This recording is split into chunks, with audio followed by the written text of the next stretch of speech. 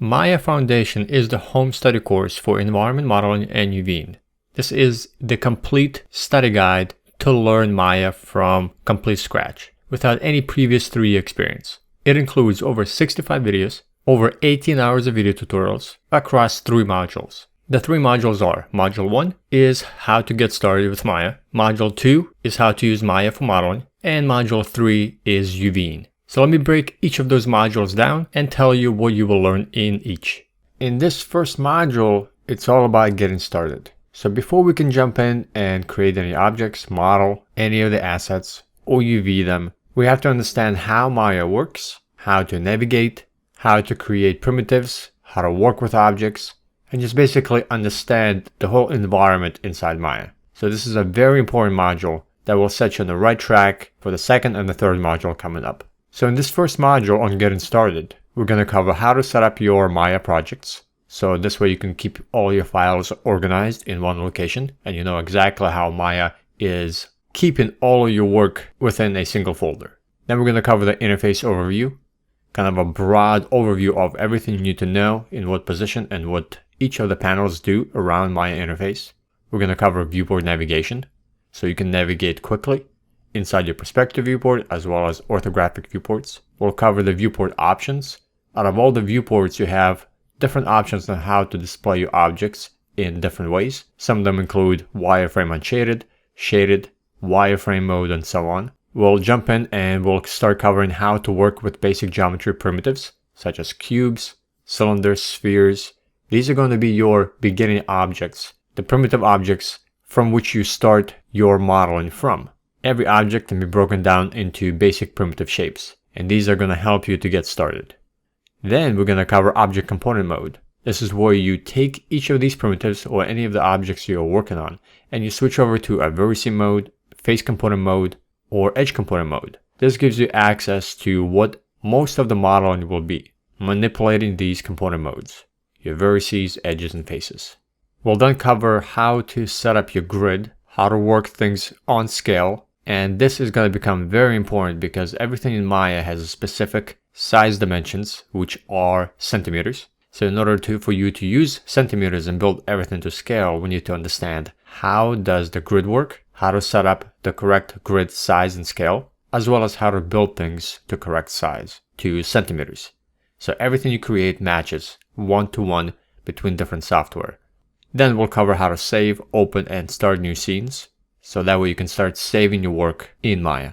And then we'll go through a geometry blackout exercise. This is where we'll take everything we've learned up to that point so far and put it into practice. And we'll black out a lighthouse scene and we'll start using our scale reference that we covered few videos before in order to start building things to correct scale, to correct dimensions and proportions. This is going to become a very important exercise because we'll start using the navigation, switching between the viewports, and working with primitives at an object level as well as at a component level in order to block out the scene so everything matches to size, scale, and correct proportion to the human reference scale.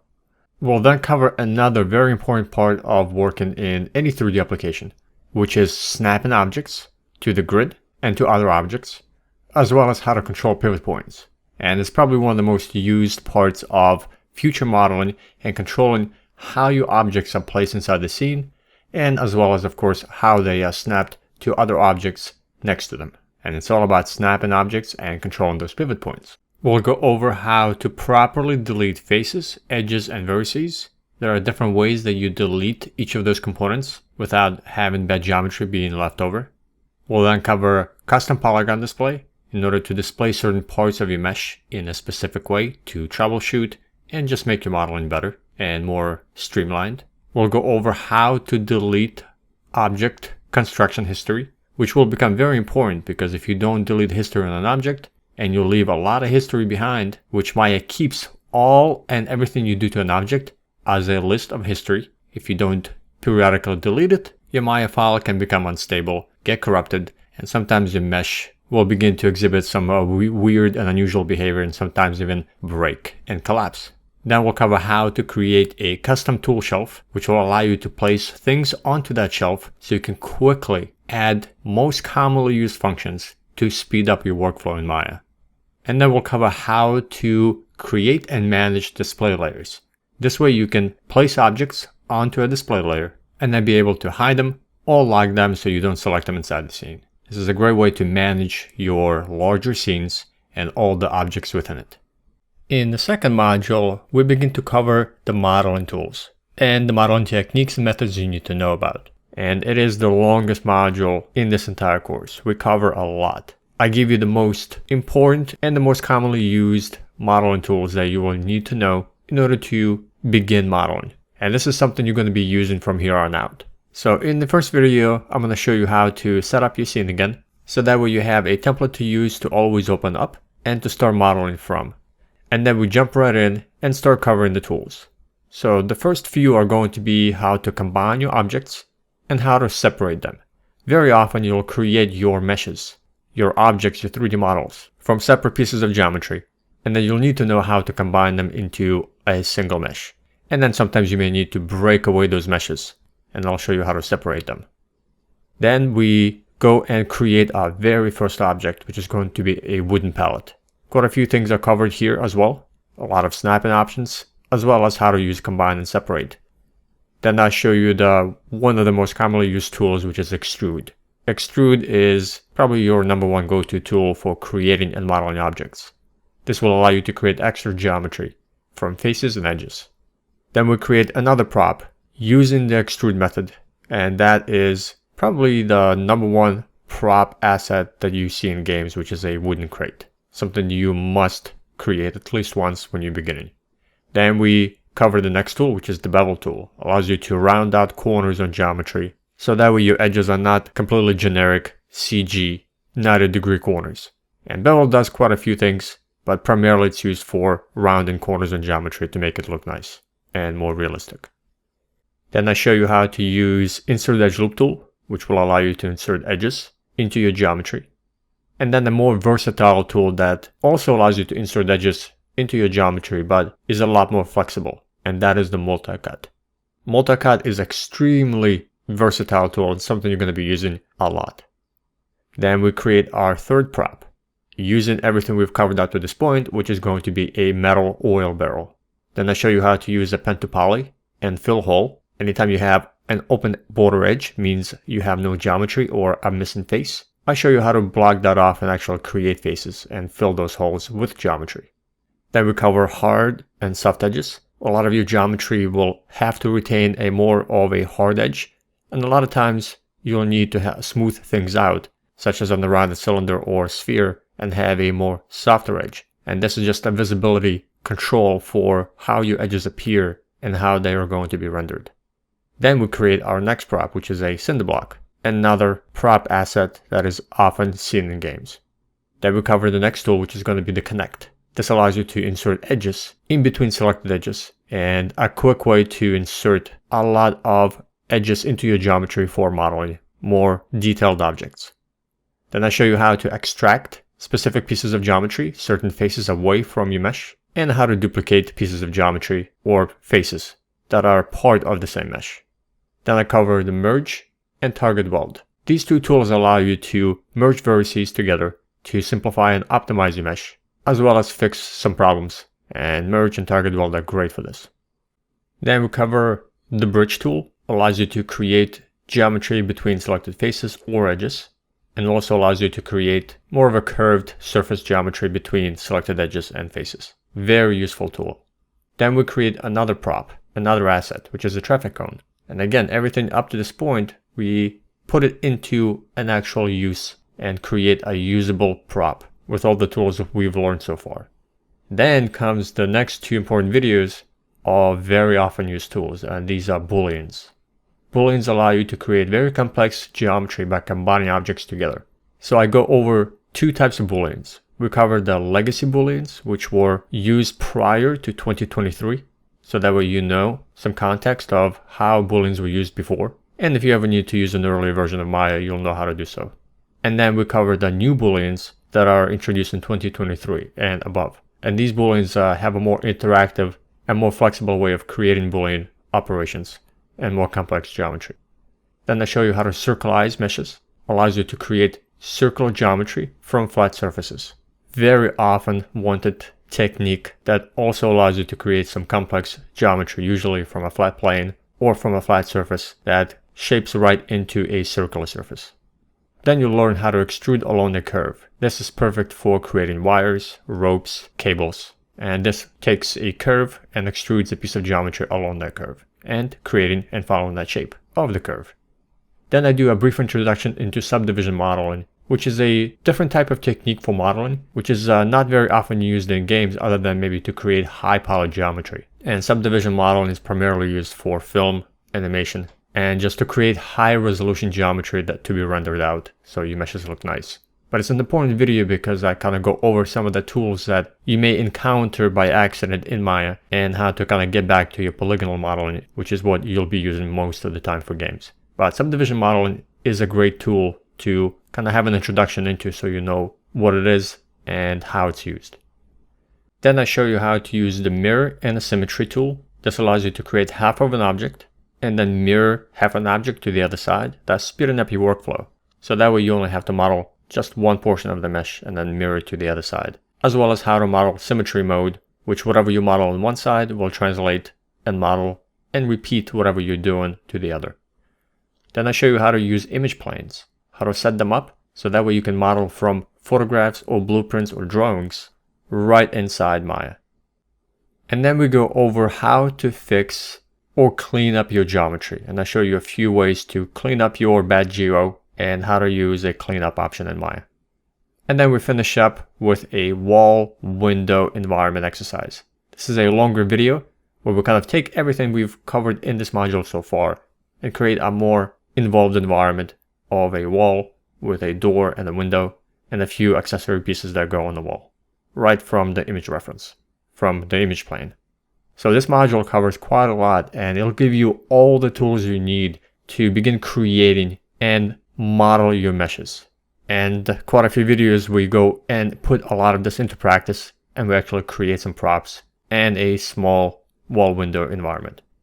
In the third module we cover UVs. We go through a lot of functions, techniques, and methods for how to properly unwrap your objects that we've created. And UVs are commonly misunderstood and ignored topic because nobody really likes doing UVs. And a lot of beginners have a hard time grasping how to work with UVs and how to UV your objects. And in this module, we cover all the tools you need to know for how to properly and correctly UV your assets. So instead of telling you what we're going to cover in this module, I'm going to explain what UVs are and a basic introduction to UVs that we will expand on in this entire third module, and a very important topic that you absolutely have to master. So there are three common terms you might encounter: UVing, UV mapping, and UV unwrapping. All have a slight different definition between each other, but they're all after the same outcome. I will use all these three terms interchangeably. And what UVing is, or UV mapping, or UV unwrapping, is basically a process of making sure that your textures show up on an object correctly. It is a process of projecting a 2D texture onto a 3D object. So UVs are texture coordinates. It's basically a 2D flat representation of how that texture is going to look on your object, on your 3D mesh. And you can think of UVs being translated into two axes, X and Y. And all objects you create must be UV'd if you're going to apply a texture onto them. So let me show you an actual example inside Maya and what all this means and what we're going to be covering this entire module. So here I have two sets of objects. The two props on the left is just a shipping container, a shipping crate, and an oil barrel, and I have the same ones on the right. So the ones on the left are just modeled geometry, modeled props, and the UVs for them have not been done. However, the objects on the right are just modeled props, but the UVs have been done. So that means that if we were going to apply a texture, a 2D image of what the color of these objects would be, the objects on the left will have that texture appear incorrectly. It will be distorted, it will not line up, and it will just look really bad. But the two objects on the right have been UV'd, and when we apply a texture onto them, the texture will appear correctly. And of course, all objects will end up having to have a texture because you're not going to use this gray color material on top of the meshes as your color. You need to have a wood texture applied to the shipping crate, and you need some kind of a metallic color texture applied onto the oil barrel. So we need to UV every object we model. So let me show you what the textures actually look like first before I show you what the results are. So here's a completed texture for a shipping crate. Again, this is just a 2D image with plywood material applied on top with some color discoloration and some text and some logos. And here is for the oil barrel.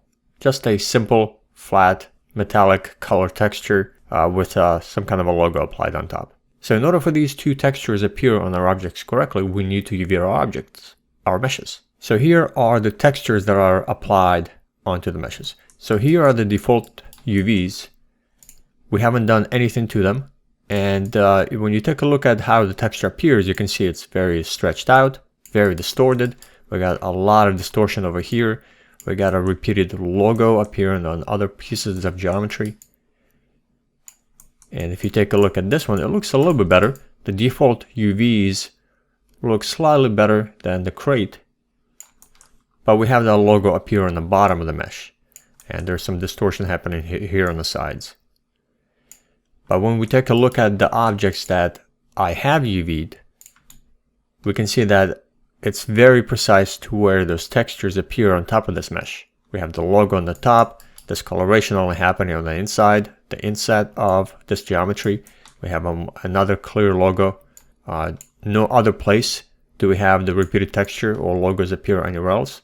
It's a very specific way, very deliberate way of UVing, so we know where those textures should be on our mesh. And the same thing is happening to the oil barrel. There's no more distortion happening on the texture itself, and the logo is appearing right in the center exactly where I want it. So this process of making those textures appear on your meshes is called UVing, or UV mapping, or UV unwrapping. Again, I'm going to be using these three terms interchangeably, primarily UVing, so I don't want to go into the terminology. It doesn't really matter, because in the end, what we are after is UVing the objects correctly, so we have a texture should show up on them exactly how we want. So let me show you what the UVs, that 2D representation of a 3D mesh, looks like on a flat surface. So I'm going to go ahead and select this crate, and the UV editor, and what we're going to be covering in this entire module can be found under UV editor. Also, don't worry exactly where the UV editor is at the moment. I just want to show you what it looks like, but we'll cover all of that more in depth. So here is the UV editor and how the UVs, or all the faces, appear inside this space. So all of this right here that you see are actual faces being mapped onto a 2D surface, onto a flat plane. So all of these faces are kind of stacked on top of each other. There's no order to them, and they look like a mess. So for example, if I switch over to face component mode, and I select the faces, these faces will also appear inside the UV editor. So this is why we have a lot of distortion, because you can see this face should be flat, should be a more rectangular or a square shape, but right here, it's actually a more stretched out, squished, more of a rectangular shape than the square shape. So this is why we got a lot of distortion happening. And if I take a look at the oil barrel, same thing. This is a complete mess, and this is why there's a lot of distortion inside our texture. If I take a look and activate what the texture looks like and where the UVs appear, so for example, if I go to display the image, let me select this one. You can see that all the UVs appear in a very specific section. And this is why we have a lot of repeat of the logo appear, because a lot of faces are stacked on top of each other. However, if I select the other meshes and take a look at the UVs, this object has been UV'd, and you can see that every single face and every single surface has a specific place inside the UV editor, and how it's making our texture appear because we've actually placed, for example, this face right here on the front over an existing part of the texture. So if I move that UV element, you can see that it's also moving inside the the perspective viewport on our mesh. So this was very deliberate, and how I placed every single one of these elements in order for that texture to appear correctly. And of course, same thing for the barrel. You can see how clean that is. Every face has a specific point surface that's applied inside our 2D UV layout, and the texture is appearing correctly based on how we UV'd this object.